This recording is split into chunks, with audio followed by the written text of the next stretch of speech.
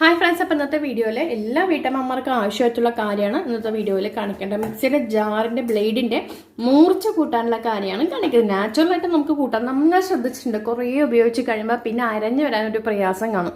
അപ്പോൾ ആ ഒരു പ്രയാസം മാറാനായിട്ടുള്ള കാര്യമാണ് കാണിക്കുന്നത്. വീഡിയോ ഷെയർ ചെയ്യുക കേട്ടോ. അപ്പോൾ അതിനായിട്ട് ഞാൻ എടുക്കുന്നത് കല്ലുപ്പ് എടുക്കുന്നുണ്ട്. കല്ലുപ്പ് കേട്ടോ.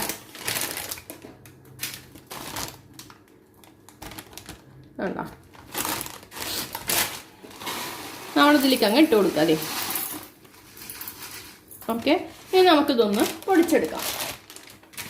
ഇത് പൊടിച്ചെടുക്കുമ്പോൾ അതിൻ്റെ ഈ കല്ല് പോലുള്ള സംഭവം അത് ബ്ലേഡിൽ തട്ടി നല്ല നമുക്കൊരു മൂർച്ചയുണ്ടാവും. അങ്ങനെയാണ് അത് മൂർച്ചയുണ്ടാവും കേട്ടോ. നമ്മൾ ഇടയ്ക്കിടയ്ക്ക് നമ്മൾ കല്ലുപ്പ് വാങ്ങിച്ച് പൊടിച്ച് വെക്കുകയാണെങ്കിൽ ഓട്ടോമാറ്റിക്കലി നമ്മുടെ മിക്സിയുടെ ജാറിൽ എന്താ പറയുക, മൂർച്ച കൂടും.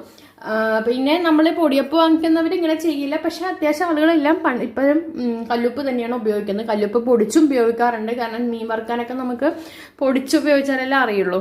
അപ്പോൾ അങ്ങനെയാകുമ്പോൾ മിക്സിയുടെ ജാറിൽ പൊടിക്കണ സമയത്ത് നമുക്കത് തനിയെ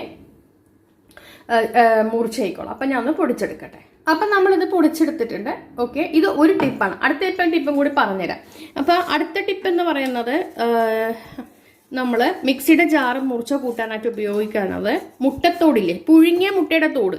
ഓക്കെ, അതാണ് വേണ്ടത്. ഓക്കെ, അല്ലാന്നുണ്ടെങ്കിൽ കുഴപ്പമൊന്നുമില്ല. പച്ചമുട്ടയുടെ തോടാണെങ്കിലും ഉണങ്ങിയിരിക്കണം എന്ന് മാത്രമേ ഉള്ളൂ. അതാണെങ്കിലും കുഴപ്പമില്ല.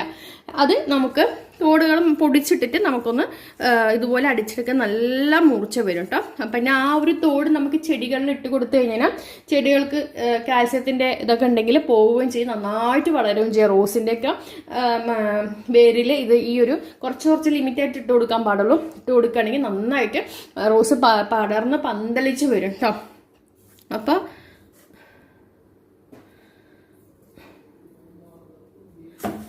അത് ഇത് കണ്ടോ.